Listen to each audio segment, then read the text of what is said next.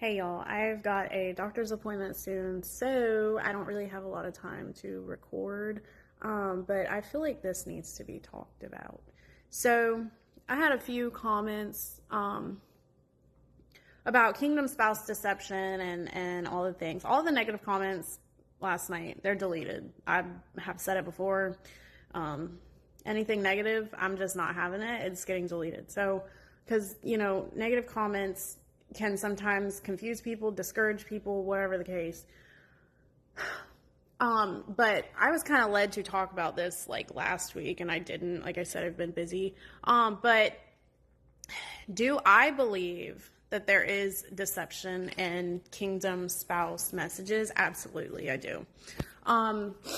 Number one, in my opinion, the deception lies within people, in a sense, just allowing the enemy to distract and deceive them, okay?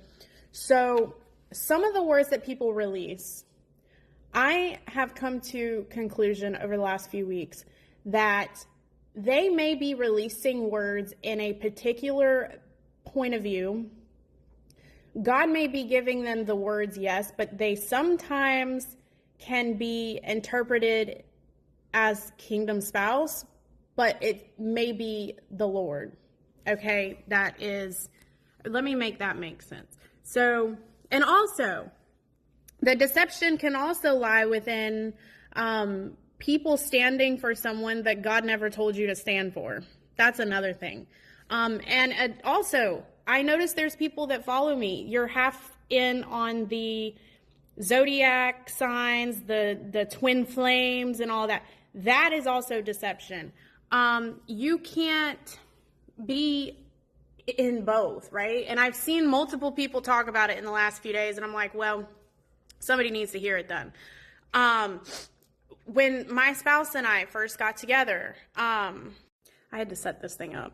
So when my spouse and I first got together, I was starting to grow in my gifts and stuff. And shortly after him and I got together, things started to fall apart. I was saved.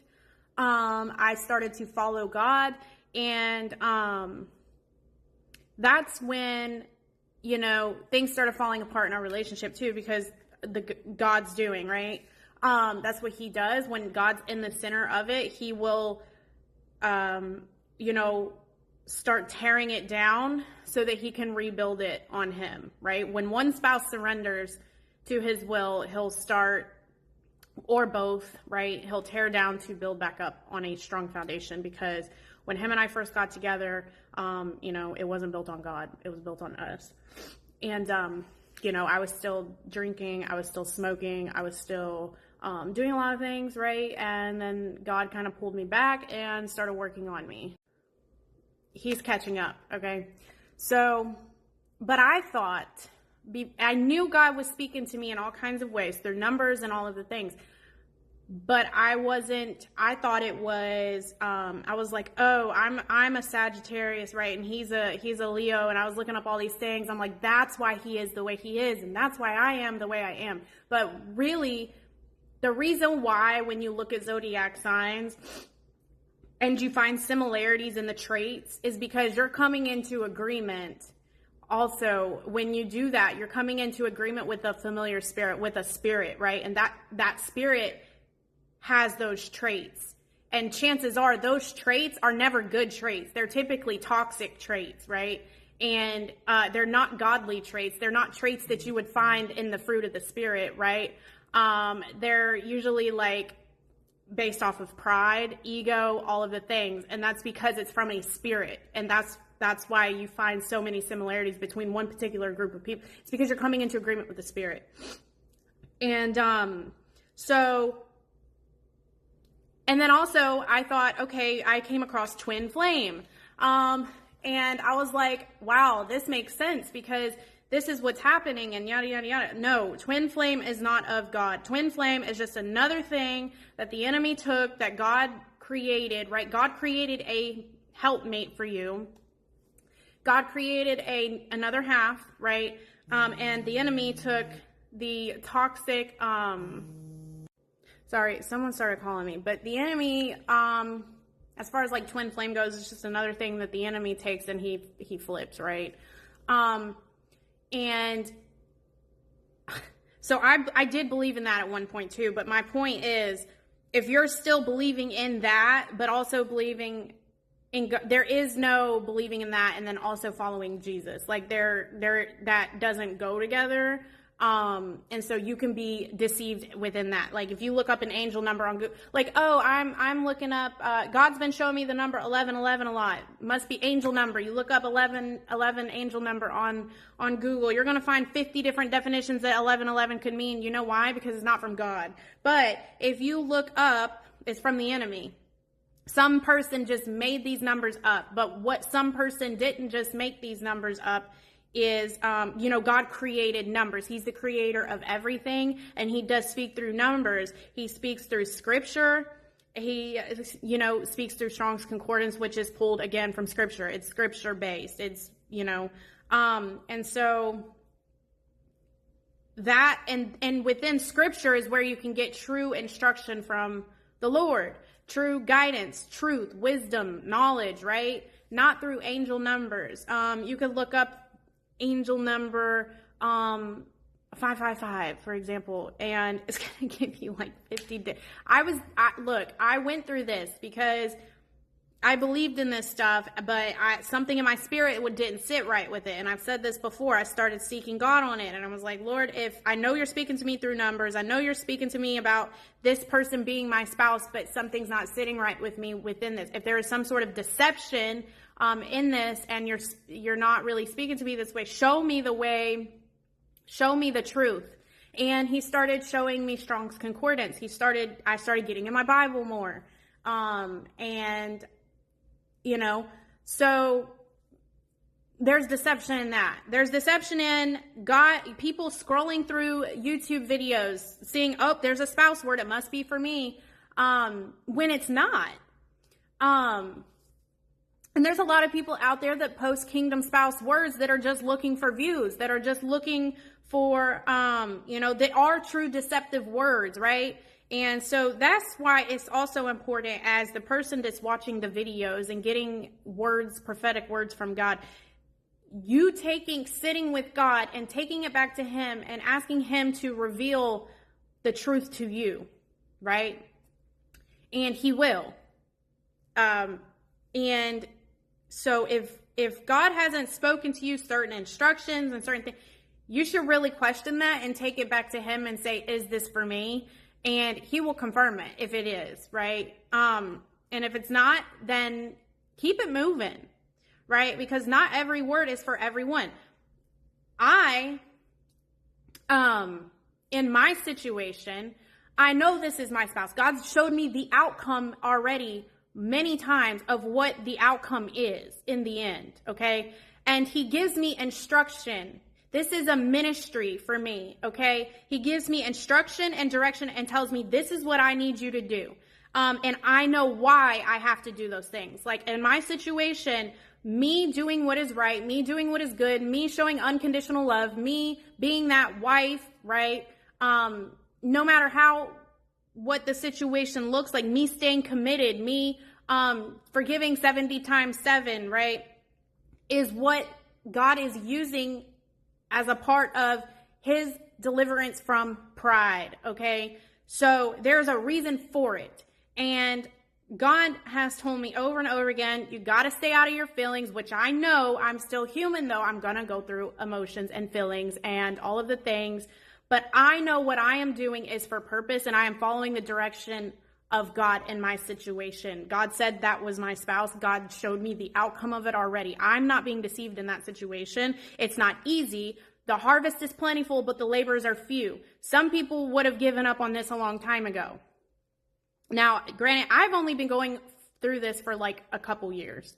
Not too long, but I'm doing, and God's still working in me. He's using this to work things in me that aren't yet perfected.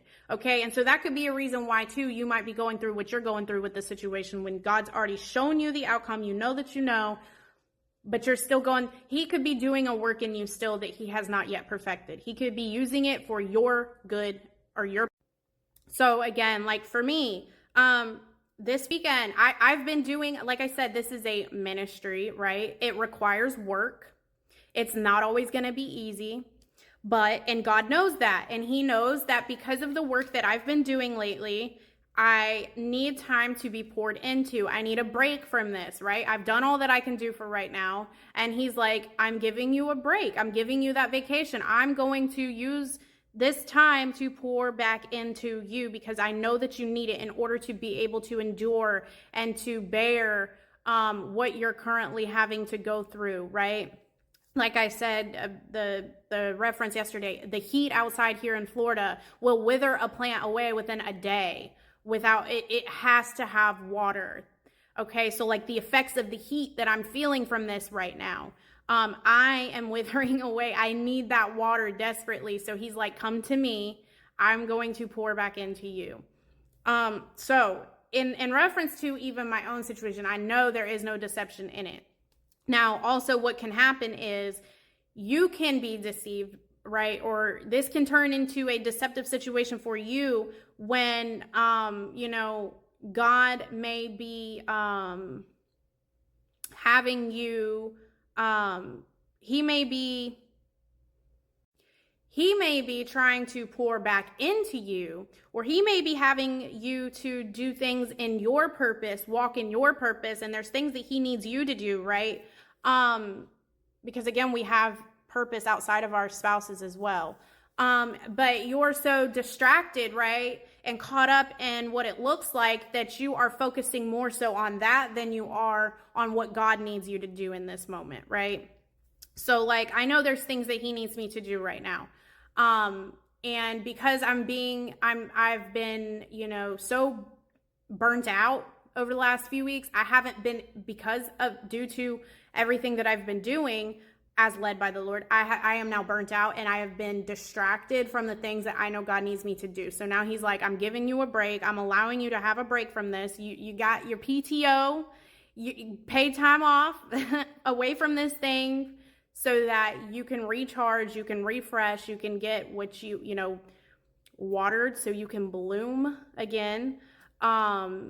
And so that you can get back on track, essentially, right? But the enemy, if you allow him, he will come in and start distracting you, and that can turn into a whole thing where he is distracting you from and throwing you, getting you off track, and so that can also happen.